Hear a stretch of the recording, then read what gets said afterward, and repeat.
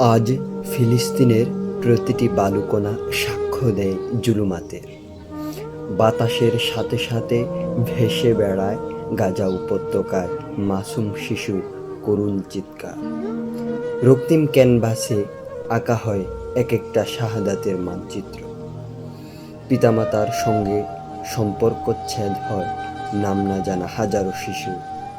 কাঁদতে কাঁদতে ওদের চোখের জল শুকিয়ে নিশ্চল, যেন পৃথিবীর সব মানবতাবাদী সংগঠনগুলো উড়ে পালিয়েছে আজরাইলের ডানায় ভর করে ভিন গ্রহে।